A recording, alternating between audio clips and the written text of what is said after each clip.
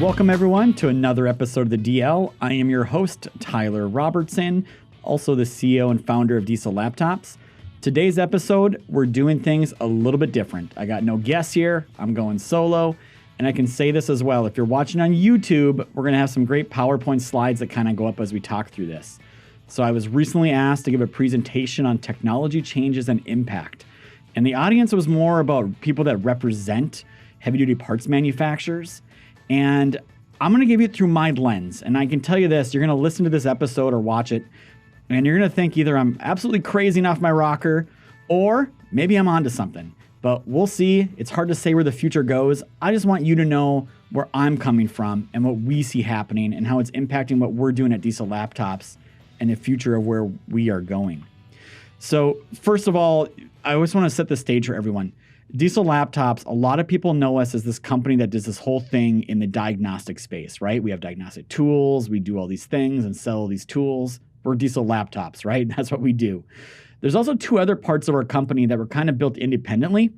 One of those is Diesel Repair. So this is a separate division of our company. We employ a lot of people just making repair content.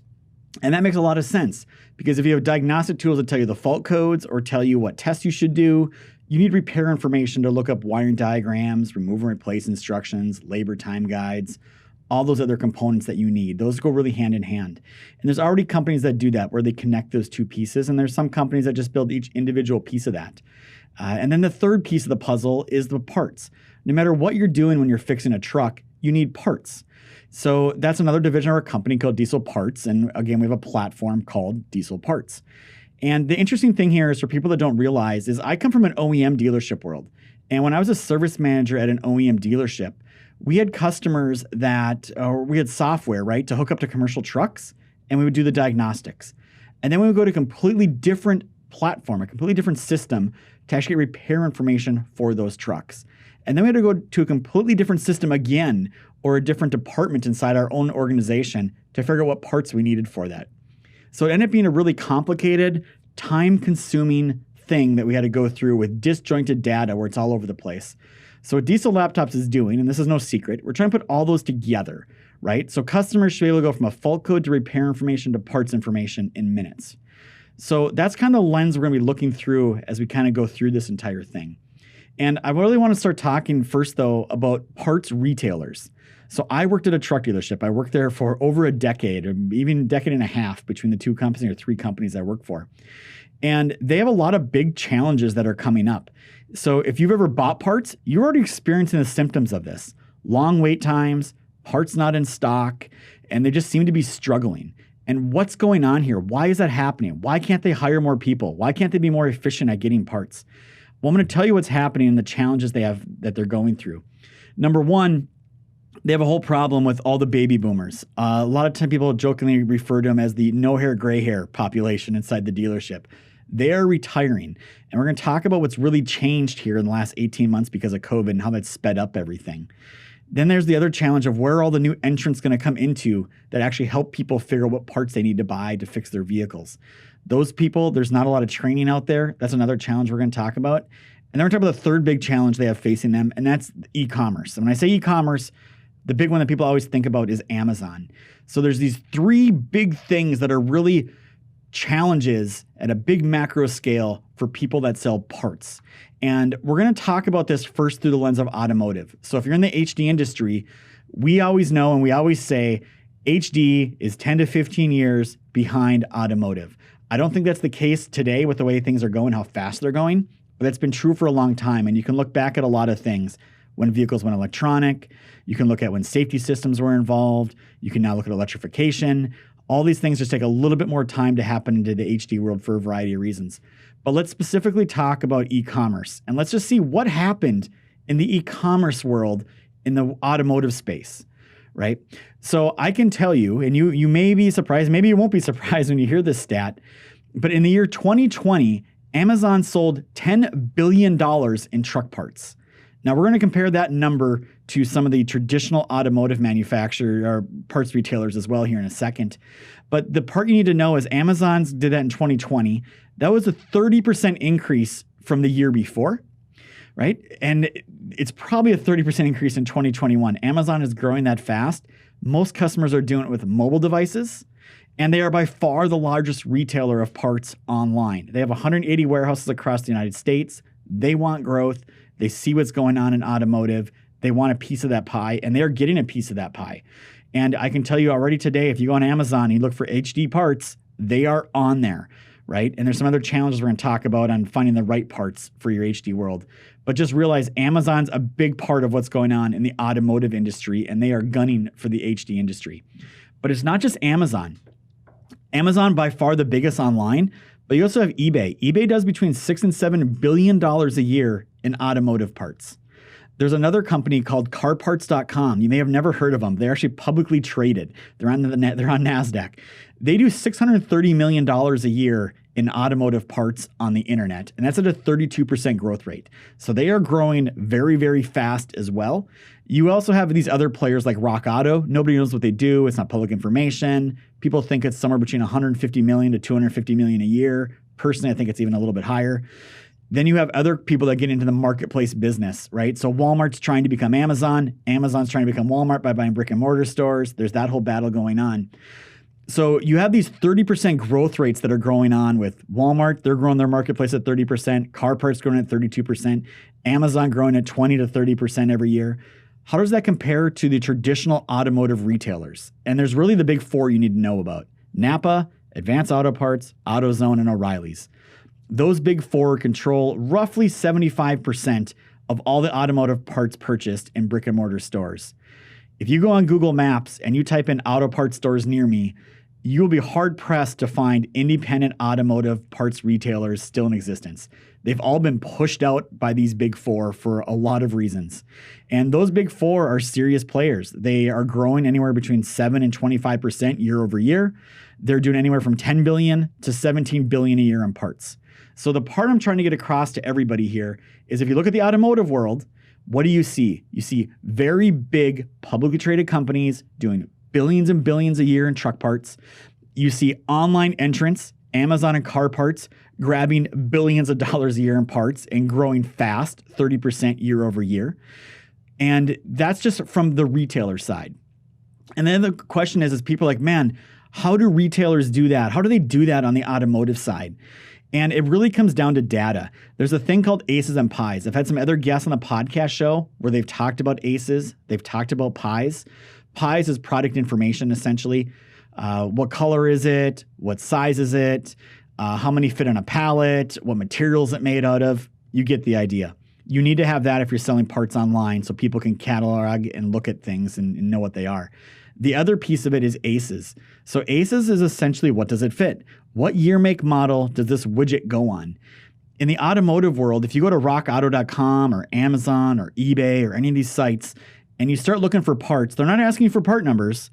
They're asking you for a VIN or a year, make, model. And then they're showing you, based on what you inputted, what parts you need, right? So you put your year, make, model, your VIN, and then you say, oh, I need something in the steering system, and oh, I need this exact component. And then they populate it and show you, oh, here's everybody that makes these. Rock Auto is very, very good at it. They got a great platform out there. Amazon does the exact same thing, and so does eBay. That's why they're asking for your year, make, model.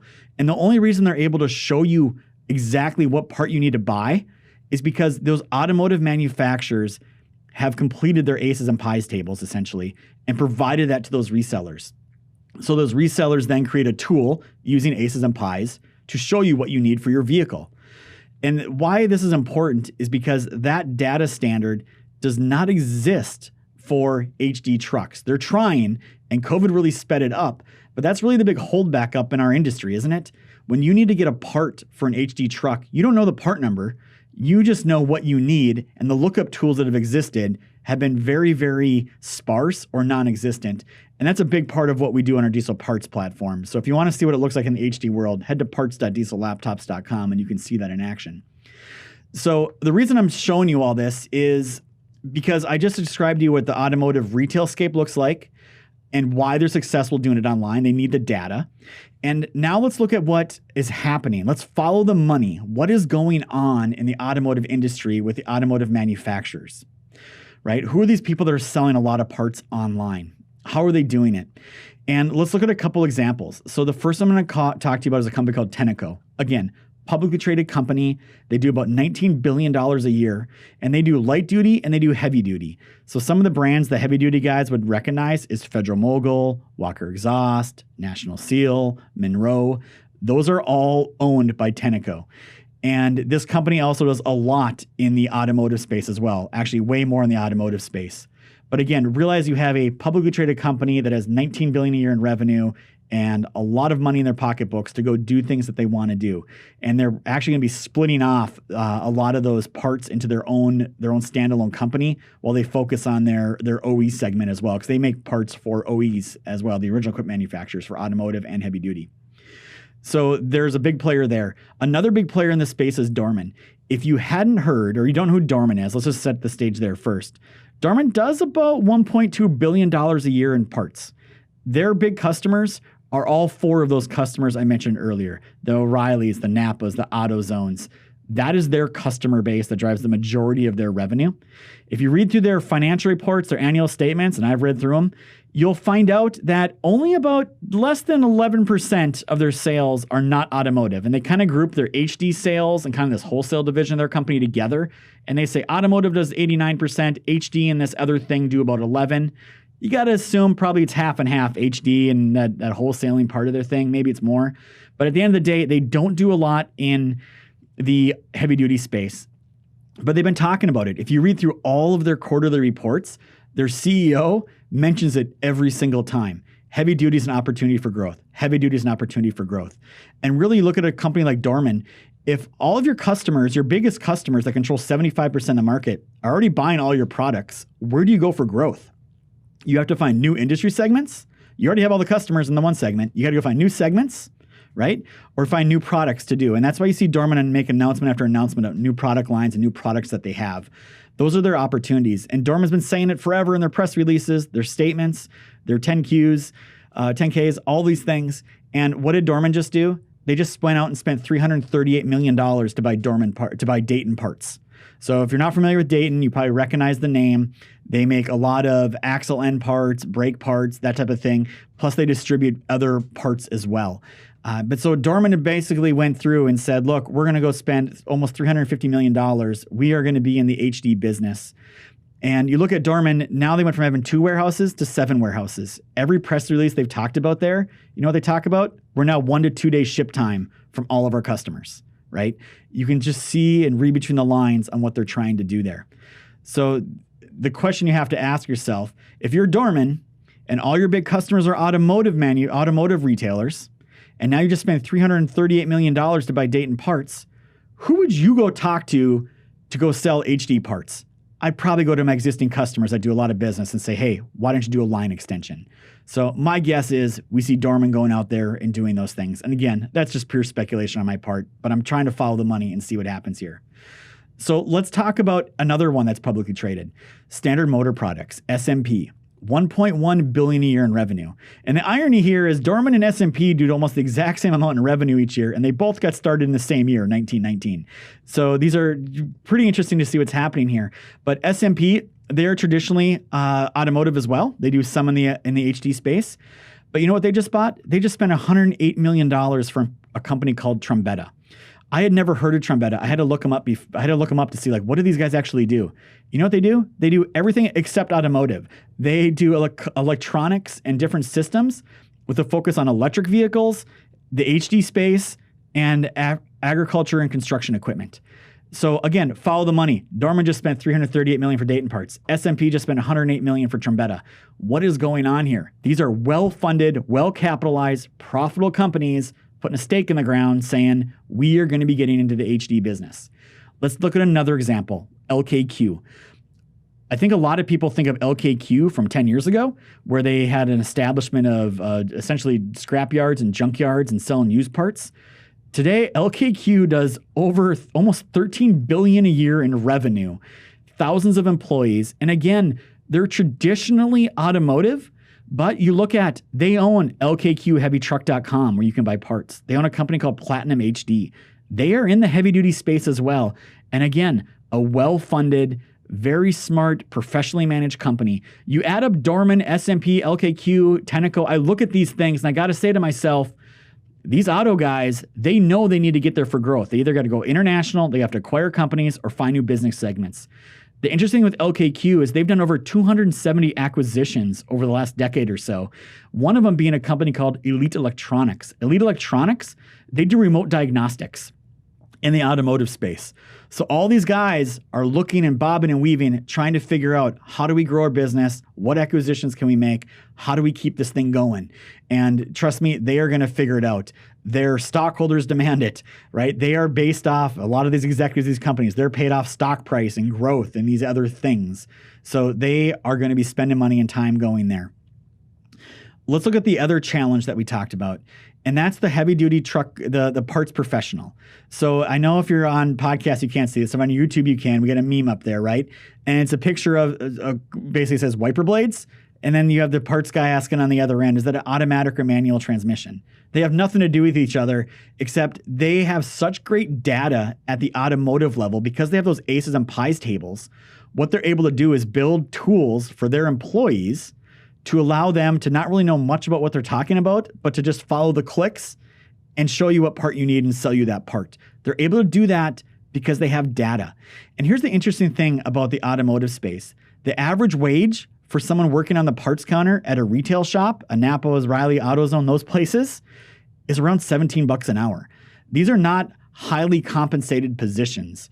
I mean, you have, let's face it, McDonald's and these other places offering $15 an hour to work in fast food, and the automotive space is getting away by paying not much more in their space. And those are average wages. Obviously, there's some that make more and some that make less. But they're only able to do that because they have the technology, they have the resources to do that and facilitate that. And then the interesting thing I want to talk about as well is what's happened to all the baby boomers. We all know there's about 2 million, maybe you don't know, but there's about 2 million people a year that retire that are in that baby boomer age range, born between 1946 and 1964. So you have 2 million people a year. Well, guess what happened when COVID hit? All of a sudden, it went from 2 million to 6 million. And you had this huge shortage of people that pretty much said, I'm out. It's not worth keep going. We had the pandemic. We had the lockdowns. All those things affected not only automotive, but they affected HD as well. So what I'm trying to get across here is a lot of different points. If you look at what happened in the automotive industry, the big four have pushed out independent auto retailers. Again, I challenge you, go on Google Maps, type in your city name and auto parts retailer. I will be surprised if you find 1 out of every 10 that's a truly independent. And the ones you find are usually specialized. Vintage parts, they're a transmission shop that also sells parts.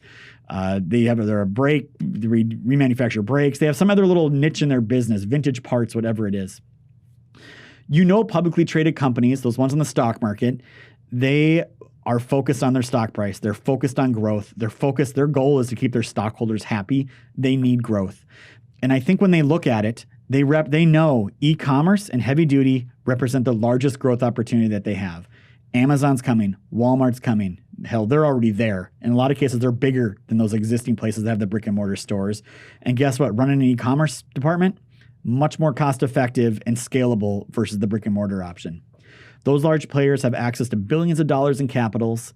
And my speculation here is these automotive first companies, they're going to go right over to those other companies and just talk about line extensions. To me, I think it's an inevitable thing. You already see, I know there's Napa's out there that already sell HD parts. I think you'll see more of that type of stuff coming and hitting the market. And you have compound that with the fact that the experienced parts professionals are retiring, and there's no new clear path to bringing in new parts professionals, right? So I think all of those things are undeniable facts. I may not be right about the line extensions. That's a speculation part, but the fact is the rest of it is true. You kind of put that all together, and there's some strong headwinds going against people that sell heavy-duty parts. We have a really fragmented industry today. And let's talk about another big one that I think a lot of people don't see coming. And to us at Diesel Laptops, we think this is a fairly obvious thing that's happening in our industry. So if you've ever owned a truck or worked in a truck, you know what the process is today, but let's talk it out. A truck breaks down. Truck goes to repair shop or a mobile guy goes out to it. Then they perform diagnostics. Then they order their parts, and then the truck is repaired. This is the reactive model. This is the model we've all had and been used to for years. If your car's ever broke down, you've probably been used to this as well. Nobody likes it, right? Except for the people doing the repairs because it keeps them busy. But now it's created days and weeks of backlogs at dealerships. Why has that happened? It happened for all the reasons we just talked about. Untrained technicians, a lack of information and diagnostic tools. We have a technician shortage going on. You compound all that together in an economy we have going on right now where basically freight demand's at an all-time high. It is just creating a huge backlog of opportunity for people to actually work on trucks. So that's today. But the question is where is it going, right? We know where it's at today. What is changing the world, how this is happening? And here's the thing. It starts with the truck itself. So we're all used to this reactive model. What's now happening is there's data coming off the vehicle. Well, who's monitoring that data? Call centers. And what are those call centers doing? They're taking a look at that data and they're now able to figure out what's going on with the vehicle. They're able to do diagnostics remotely. They're able to look at that data and come up with repair plans. They're able to figure out what parts they're going to need to fix that truck. And they're getting ahead of it. And in some cases, they get ahead of it before the truck even breaks down. We'll talk about that here in a second with what we see going on with some of these prognostic companies. Now the truck goes to the shop, and that shop is being told, here's what's wrong with it, here's the parts, go fix it. And then that call center is managing the repair plan, and then the vehicle is repaired. So this proactive model is much better for some of the people. It's much better for the people that actually own the vehicles. It's eliminating downtime, it's keeping their vehicle on the road, but it changes a lot of things. So when we talk about these things coming off of the vehicle, I just need to, take a minute here to talk about what can you do with that data. That's great, Tyler. We're getting data off the vehicle, but what are people doing with it? Well, there's a lot you can do with it if you really stop and think about it. Fleet health monitoring. I can monitor the health of all my vehicles at all times, no matter where they are in the United States or North America or whatever country it is. I can do advanced preventive maintenances. Again, we'll talk about a company here in a second that's actually able to take that data off your vehicle, the raw data, and analyze it before a fault code happens or a mechanical issue happens and tell you, hey, you're about to have a problem. That stuff is real. It exists today. We're seeing it. We're doing it. I was not a believer of it 6 months ago. I can tell you I am today. Advanced fuel analytics. We can see what's going on with fuel economy with our fleets and analyze it by driver or by region or by temperature range. We can monitor our tire pressures remotely to know what's going on, make sure our drivers are safe and blowouts aren't going to happen. We can do over-the-air programming and update ECMs and change road speeds and do all these advanced things over the air to modify the vehicle. You see Tesla doing that all the time. They have a problem. You know what they do? They don't do a recall. They do a software update and they push it out across their organization, across the entire fleet of Teslas out there. Now they're going to have gateways. So you already see companies that are doing third-party connections. So you can work with Navistar to get their data for your customers into your platform and do these things. The rise of the virtual technician is now starting to happen, where shops can't get technicians in the shop. Now they can rely on services to actually remotely help diagnose and do those things. And of course, you can do performance and safety analysis as well. So getting data off the vehicles is a very big deal, spawning a whole new set of businesses that are happening out there. So when I go back to what changes in that reactive process, the one that I see that really impacts a lot is those repair shops and the people that are selling parts. So because now those people that sell parts are used to selling to the repair shops, in my opinion, what changes here as data is coming off the vehicle, you now have a call center somewhere else making decisions on where that vehicle goes and what parts they need and where those parts are purchased from and what brands they buy. So all of a sudden, it's a shift in the entire parts purchasing experience, and that's going to have a big downstream effect on a lot of people in certain organizations as that happens. So the people always ask me, like, how far out in the future is this? And I can tell you, this isn't a future thing. This is already a today thing and a past thing. It's already happening. So some examples here. PACCAR, in June of last year, they now offered free for every new truck purchase their Truck Tech Plus remote diagnostics. What is Truck Tech Plus?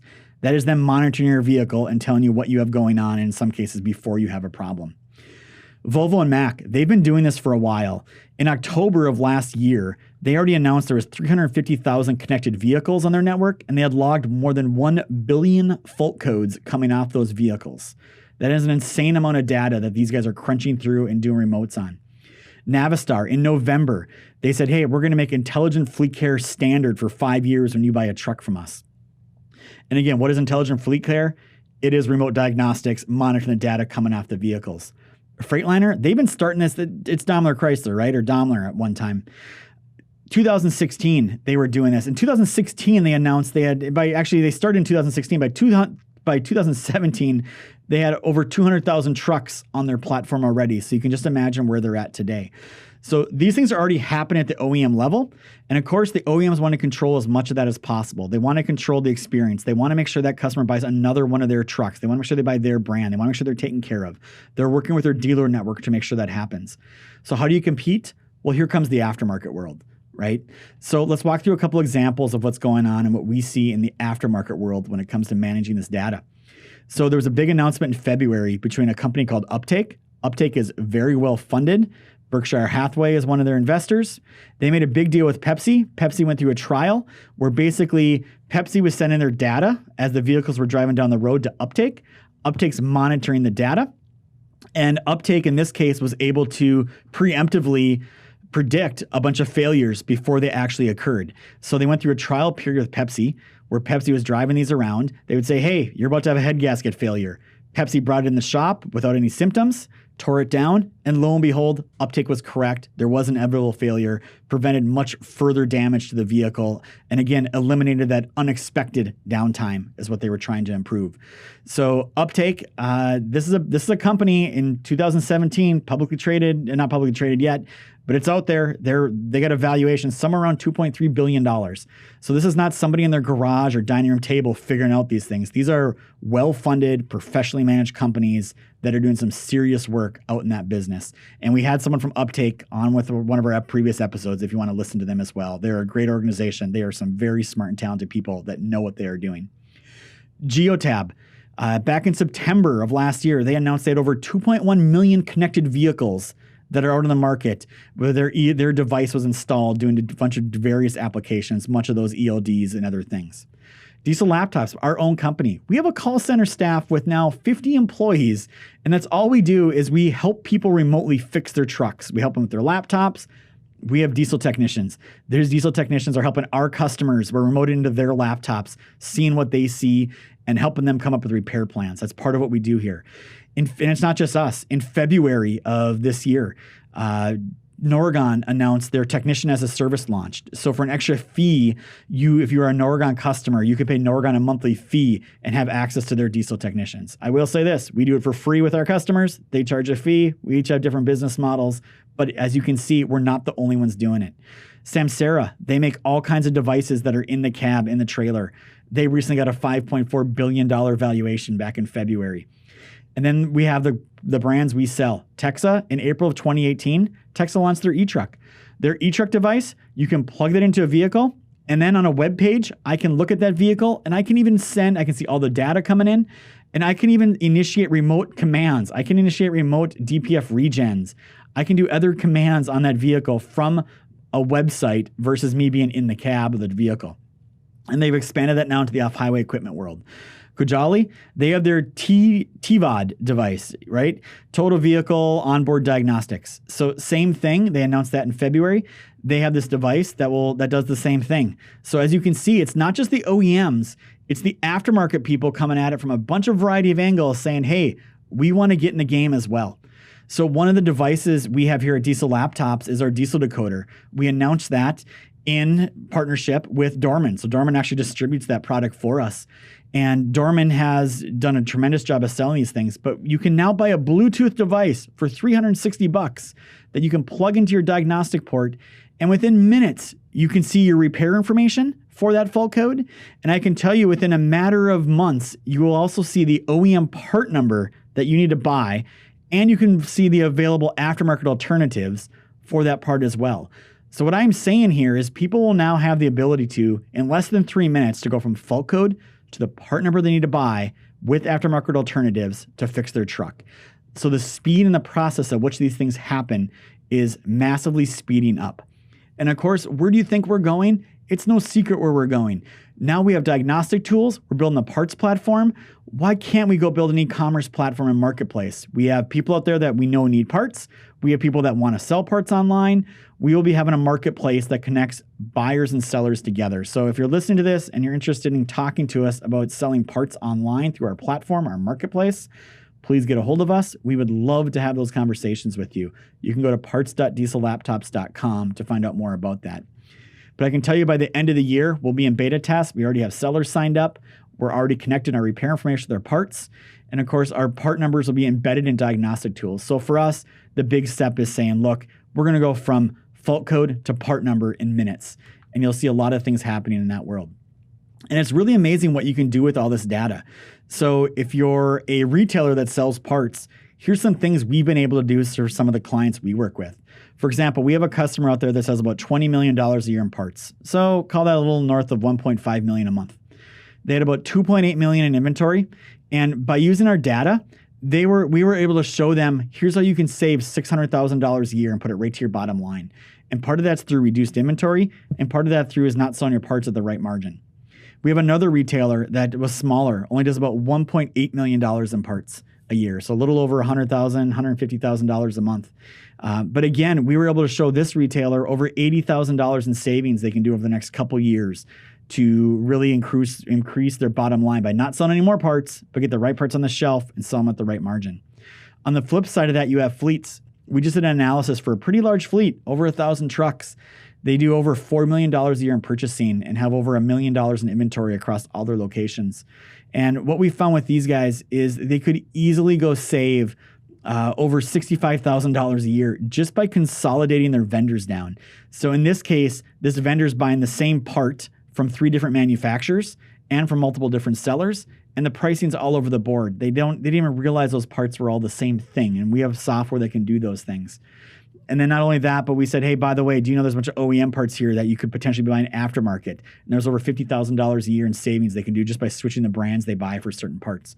So again, having clean data allows you to do a lot of crazy, crazy things, which are all good things, but you just need to be aware that they're happening. So here's what we see at the end of the day. COVID-19 didn't change anything on what was going to happen with the online e-commerce, except it changed the trajectory and changed how fast it was going to happen. Those things are going on. They are happening.